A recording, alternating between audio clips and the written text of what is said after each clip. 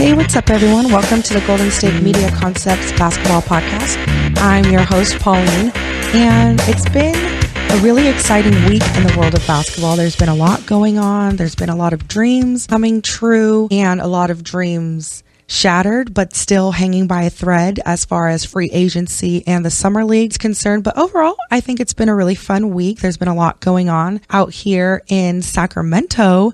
It's been hot, but a lot of Kings fans and Kings players as well are a little bit upset after the draft, but you win some, you lose some. Not everybody's always going to be happy. In today's episode, we're going to discuss a little bit of the draft, some of the draft picks, and how I think that they're going to may or may not fit in the teams that they have been drafted to or traded to. There's a little bit of talk about free agency now. This is the time when it's like really exciting in the basketball world if you follow the draft and like free agency and everything like that, because there's just a lot of twists and turns, and like you think one thing at the beginning of the day, then by the end of the day it's something completely different. There's a lot of money involved. So when we get started with this episode, we're going to have a lot to talk about. You're listening to the Golden State Media Concepts Basketball Podcast. This is your ultimate stop for everything sports. The Golden State Media Concepts Sports Podcast. Should I say more? From the NFL, MLB, the NBA to MMA, it's all in here. The Golden State Media Concepts Sports Podcast. Listen now.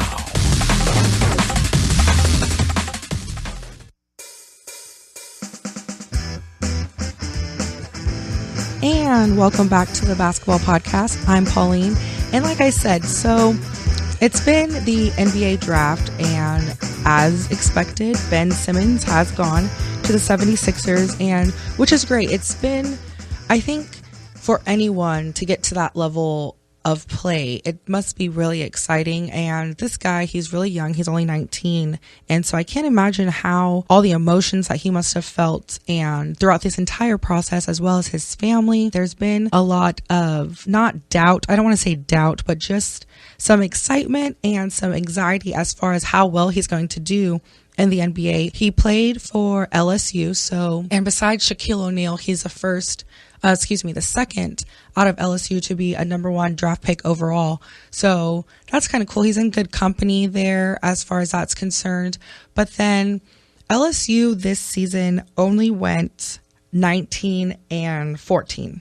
So they didn't have that outstanding of a season. It wasn't great. It wasn't bad, but they did not make the NCAA tourney. So unless you are a major LSU fan, you may not know too much about Ben and how he performs, just his style of play. I know a lot of people, I'm sure, know a little bit about him, but because his team was not able to make it into the postseason and he's only a freshman, we haven't really had too much time with him. And I know that that's been kind of like a concern for some people. They're not sure how he's going to fit in. Clearly, the Sixers think that he'll do fine. And that he proved himself enough through his stint with LSU. But how he fits in with the 76ers is going to be quite interesting, because he can be considered a big. He's not a center per se. He, of course, said, I talked about this in episode 4, that he himself described himself as a point forward. So he believes that he's very versatile when it comes to that respect, and that he can play as a big person down low, but also would like to handle the ball and do that. But with the 76ers, it's really interesting to see how he will fit in there, because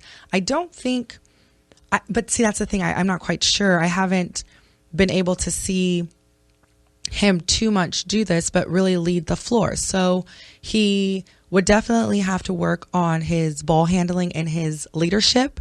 As a young guy, that can be kind of difficult to go onto a team that has some guys that have been in the league already and to take on that leadership role. I'm not saying that he can't do it. I'm just saying that he's going to have to prove that he can do that and that he can lead the team. I don't know if he necessarily will be their main go-to guy.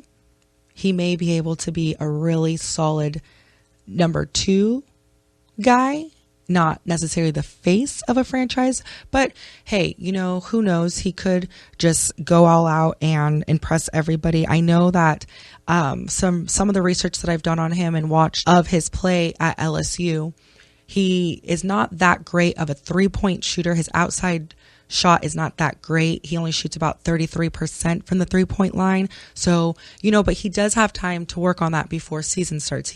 He knows where his areas of weakness are, and that's fine. As long as he admits that and works on that, he can definitely make a difference, because if he's trying to be on the outside perimeter, and he's going to need to be able to take those shots when they need them. I did notice that a lot of times he seems kind of like hesitant. He's quick to give the ball up under pressure. He doesn't want to be the go-to guy to make that clutch shot. So, but like I said, that's something that just comes with age, I think, and just something that comes with experience. It's not something that cannot be learned as long as he builds his confidence. And it may be because he knows that he's not that great of a 3-point shooter, that he doesn't take those clutch shots, that he doesn't take those shots when there's a lot of pressure on, but doesn't mean that he can't learn that. He could step it up and be a really good person for the Sixers to go to when they need those points. And they said that they're willing to work with him when it comes to that. They know that he's young. They know that he doesn't have that much experience, even just at the college level. He's only had 1 season there, so that's fine. I think he'll do well there. I'm just interested to see how they're planning on using him. Are they even going to keep him at the top of the perimeter? Is he going to be more of a down low guy? So we'll just see how that turns out for him there. Good luck with that. Brandon Ingram was who a lot of people, of course, expected to go number 2 to the Lakers. He also is 6'9", but he is more of a bigs person. Has also been getting compared to Kevin Durant because he can shoot the ball. He shoots about 41% from the 3-point line, and so he can just get better from that. He can just work on that, get more comfortable.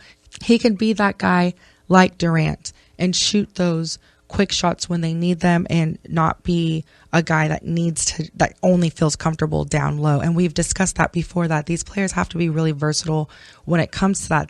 Big guys have to know how to shoot the ball now. It's just something that has been changing in the league. They can't just sit put. There, of course, centers, I'm not going to expect all the centers to be shooting 3-pointers and everything occasionally, whatever.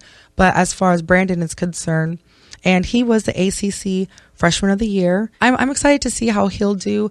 I thought it was really cute and sweet during the draft when asked after being drafted number 2 about the concerns that people have with his weight. He himself said, he's young, he's only 18, so it's going to naturally come. I know that he's trying really hard to do that, so I hope it comes sooner rather than later, just so that he can be a really strong driving force. But Luke Walton is excited for him, and Walton did say, he mentioned that he may not have been the best player in the draft, but that he would be the best player for what they want to do and the best player for the fit that Walton wants for that team, and that he likes his ability to lead a team and his aggressiveness and things like that. And he kind of likened him to Draymond Green as far as his mindset and his ferocity on the court. So that's going to be really interesting. And it's nice that Walton and the coaching staff that Ingram is going to is not really fazed by his size. So I'm sure they're going to be doing a lot with that to help him. It seems like that fit as far as for Ingram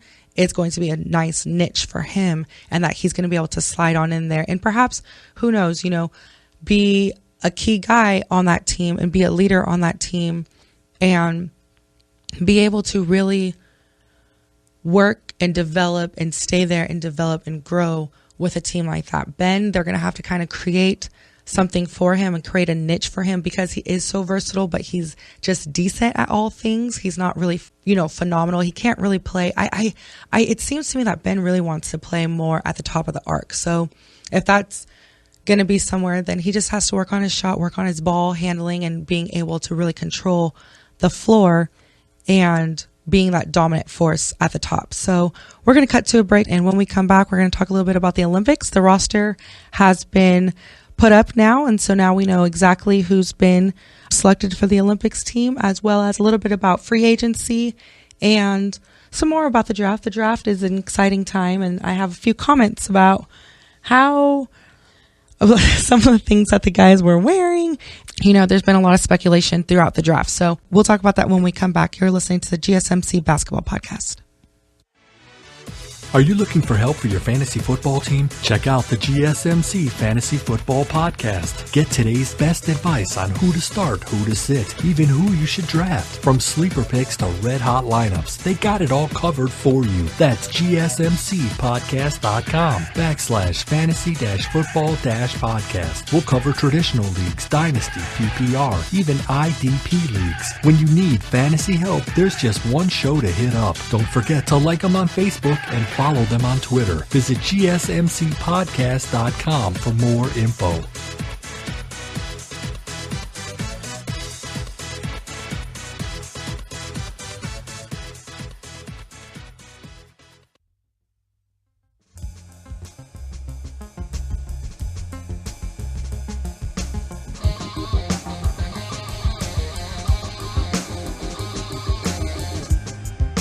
So before the break, we were discussing a little bit about how Ben and Brandon, the number 1 and number 2 respectively draft picks, were going to fit into their new teams. And during the draft, it's a lot of fun. I think it's a lot of fun how the guys get to really express themselves on a creative level as far as their clothes are concerned.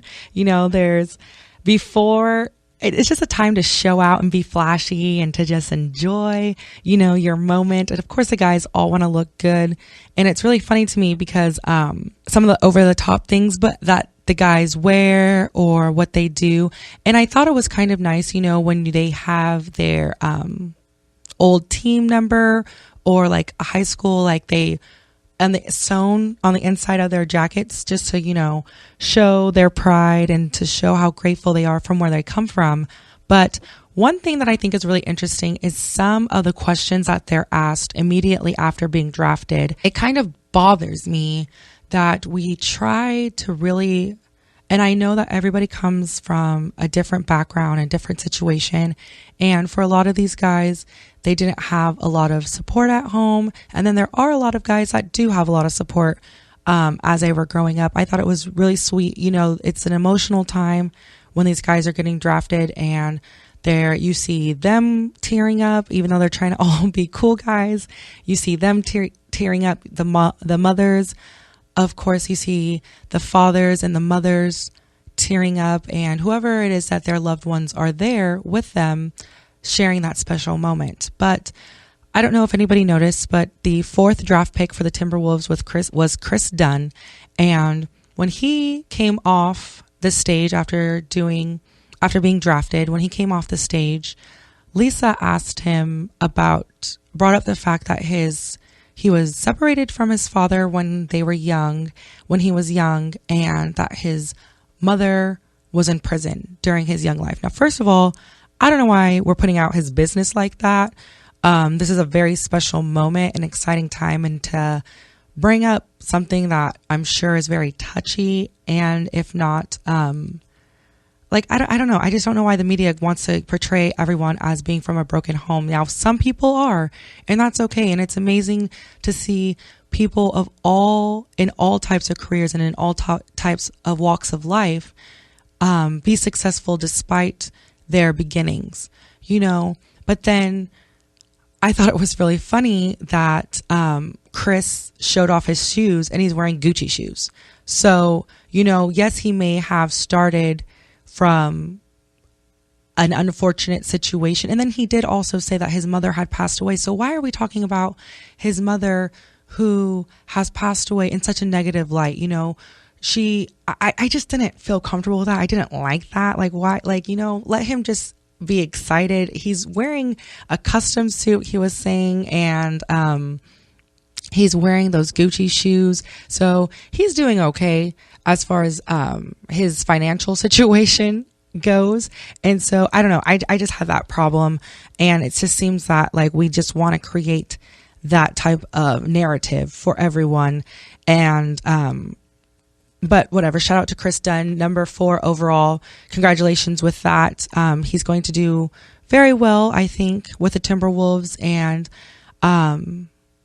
make his family proud. So that's going to be really good. And then the other side of the draft is when guys feel that they should go higher in the round and they don't go as high as they expected or as high as they wanted.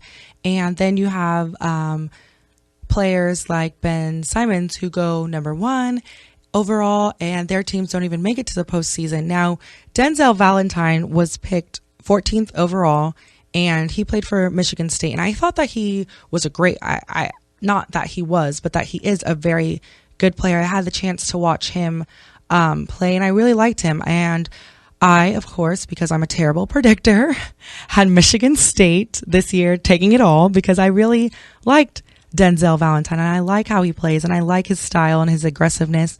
And I liked Michigan State and they were a team that I had going all the way. And so they really disappointed me. Of course, they busted my entire bracket. So I was kicked out very early. But anyway, so he was picked number 14 overall to go to the Chicago Bulls. And I think that he's going to be a very good fit there. I think he's going to really enjoy it, and be very useful there, that they're going to get. So that in that particular instance, that's a really good situation for him. But then when he was interviewed after, he did mention how nervous he was getting because, you're going pick after pick and he was saying that he was getting nervous and they replayed his reaction to getting his name called and how exciting he was. And it's really funny to me how some guys try to act all cool when I'm sure inside they're excited and their hearts are pounding. And because if you're working towards something your whole entire life and it finally happens, you can't help but to be very excited and help to be just over the top. I of course would scream my head off if I was in the draft. I don't even care if I'm a guy. I don't care if there's pictures and there's cameras around me.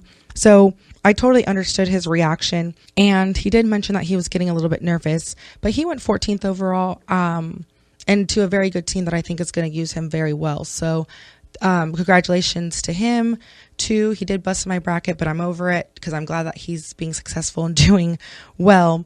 So that was the draft. And the draft, they always have the draft review and things like that. And it's interesting during the draft because there are some times when a guy will get drafted just to get traded out to another team for other players. So, but either way, as long as you get drafted, as long as you're in the league, I think that a lot of these guys are just happy to be drafted. And I don't know, I guess you can't really complain when you do get picked up for a team.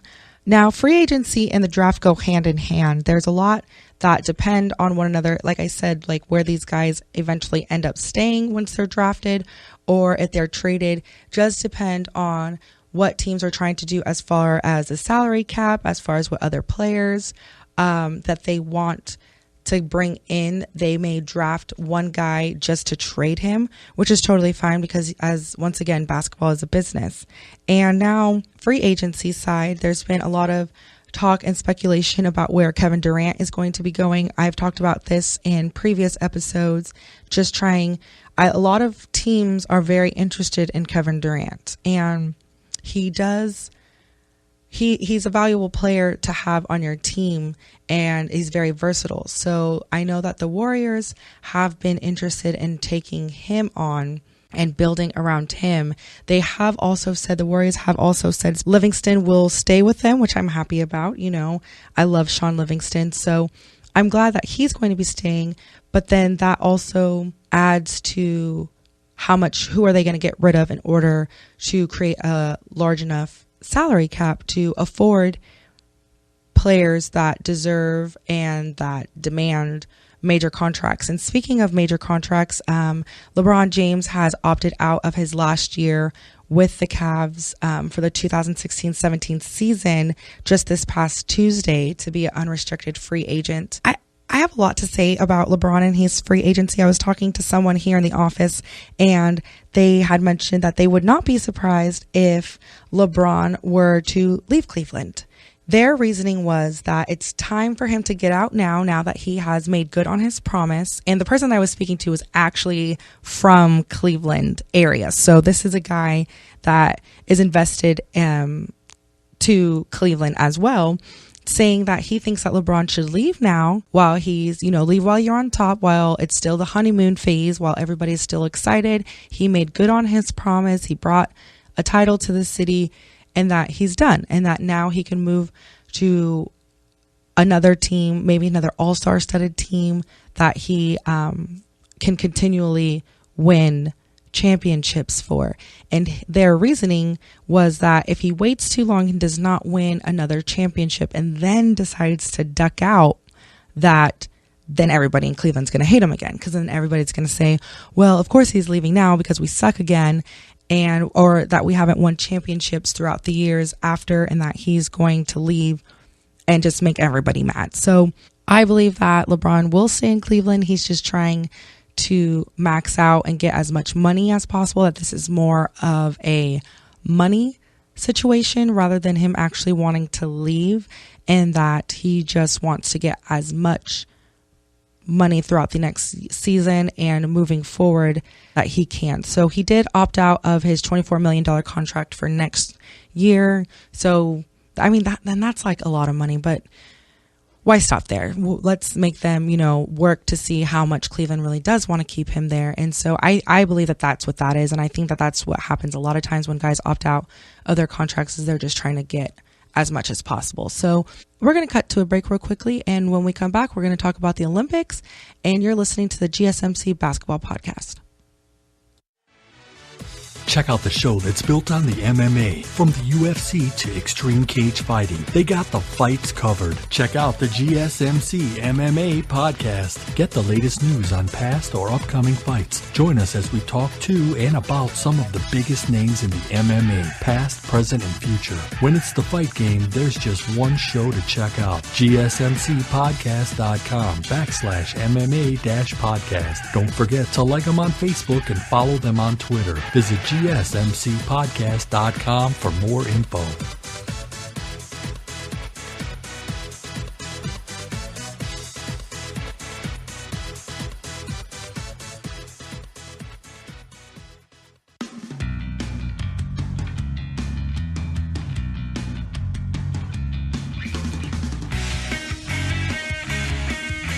And welcome back to the Basketball Podcast. I'm your host, Pauline, and for this last part of the episode, we're going to talk a little bit about Summer League. So Summer League has begun in Utah. So the Utah Summer League has started. That is July 4th through the 8th. However, the Summer League in Vegas will be taking place right after that.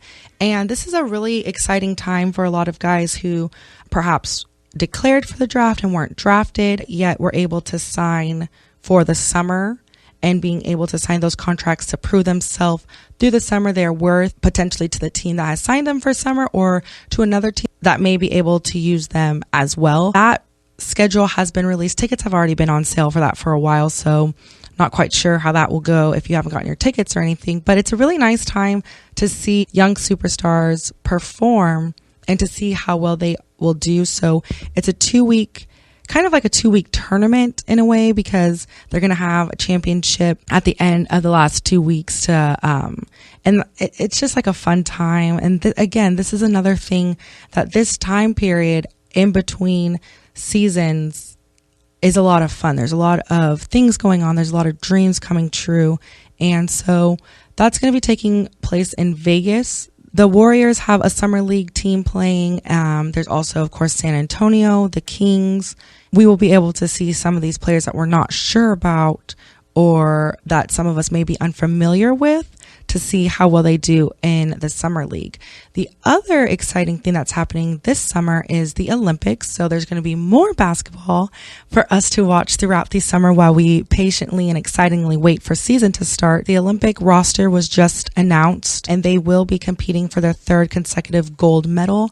And it's nice because they have Carmelo and Durant, who have already played in the Olympics, have already won gold, but then they also have a lot of young talent and first timers, which is really cool. So I think that with the Olympics and the roster that they have, that of course I'm going to think that Team USA is going to win again, but they look really good. You know, they're strong, they're big, but really, quick and very athletic. So I think that we, of course, will do very well faring against the world and bringing home that gold. There are other guys like Kyrie that have played in the FIBA games, so that even though it's not the Olympics, he and some other guys do have some of that background of winning and also just playing on that level against the world. We talked about this a little bit before the exhibition games. So if you're not able to make it out to Brazil, there are going to be a few games here in the United States where they play against international teams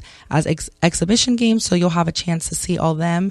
Luckily, everybody, such like Clay and Draymond, are over it, I hope, especially playing against with Kyrie and things like that. There's been a lot of memes and things going around the internet in regards to them being salty. But I mean, it's over, it's done with. We're on to the next thing. It's the Olympics, trying to win that gold for the national team, you know, so. And they know I think that at that level, you respect the players that you're with, to where even if they have beat you, you're moving on and you're able to just do what you need to do to get more gold. You know, you can't let your personal feelings. I think it's funny when people think, oh, they can't play together, or, oh, they won't mesh together. But it's like, you got to put your personal feelings aside. These are professionals, and these are guys that want to get paid. These are guys that want to win. So why not play on an all-star team, on the Olympic team, and play on the international stage and have that time? And in other sports news, there has been a lot of, if you know anything in basketball, college basketball as well, women's or men's. Now, men's teams, of course, get a lot of the attention and a lot of the media attention, FaceTime attention. People just gravitate towards men's sports in general more, which is totally fine. Not a problem, whatever. But on the women's side, we are mourning the loss of a great coach and just phenomenal person in general, Coach Pat Summitt for the Tennessee Volunteers. So she has passed at the age of 64, and it was an incredible woman. Regardless of, if you know anything about basketball, you will respect this woman, because regardless of the fact that she coached just women's college ball, you have to respect her resume. You really do. So she's been with the Volunteers for over 38 years. She started coaching at the age of 22 and just grew as a coach and was such a phenomenal coach that they kept her. And she is actually, believe it or not, and you're going to believe it because it's true, but she is the most winningest coach in Division I, and that's not just on the female side. That's Division I men's and women's basketball. She was a part of the first Olympic women's basketball team, and with that team she brought home silver. She's won over 8 national titles, and when I said that she was the most winningest, she has 1,098 wins as a Division I basketball coach. She has sent 39 players to the WNBA. 15 of them were first round picks. So the players that she's producing are phenomenal players. And you guys may say, oh, nobody watches women basketball, but you guys sure do know who Tamika Catchings is, as well as Candace Parker. And those are, they both won WNBA MVPs, and those are products of Coach Summitt's program and Coach Summitt's teaching. She was a pioneer in the fact that now, because I honestly believe that because of how well she did at the college level, that she opened doors for Becky Hammond, for Nancy Lieberman, you know, and whoever is going to be coming soon to break into the NBA and be on coaching staffs for professional men's teams and things like that. So, you know, the entire basketball world does, and just sports world in general, mourns the loss of Coach Summitt. And she was battling Alzheimer's. According to the release that her son put out, was that she was surrounded by family. And that's, you know, I'm sure that was the best way for her, and that her family, my prayers and my thoughts go out to you. I know that they will be having a private funeral for her, but then also a public memorial for her, because, you know, she did touch so many lives throughout her time, not only with Tennessee, but just in general, as being just a phenomenal woman and mentor and teacher that she was. So if you are going to that, you know, enjoy that. I wish I could be a part of that time to honor her. If you do have that chance, you know, of course, tweet me. I would love to hear how it goes and how it was. You can always tweet me at GSMC_basketball to tell me how that goes. But that's going to be it for today's show. We're going to wrap it up. It's been an exciting week. There's going to be a lot more to talk about as we go into these next few weeks with free agency and the summer league and the Olympics. There's going to be a lot more going on in these next few weeks as we wait for the NBA to start up. So always remember, you can listen to us at gsmcpodcast.com. There's a lot of other podcasts that you can always listen to. We have a football, entertainment, whatever you're into. You can find a little bit of everything there. Download us at iTunes, Google Play, and SoundCloud. And I will see you next week. This has been your host, Pauline, on the GSMC Basketball Podcast.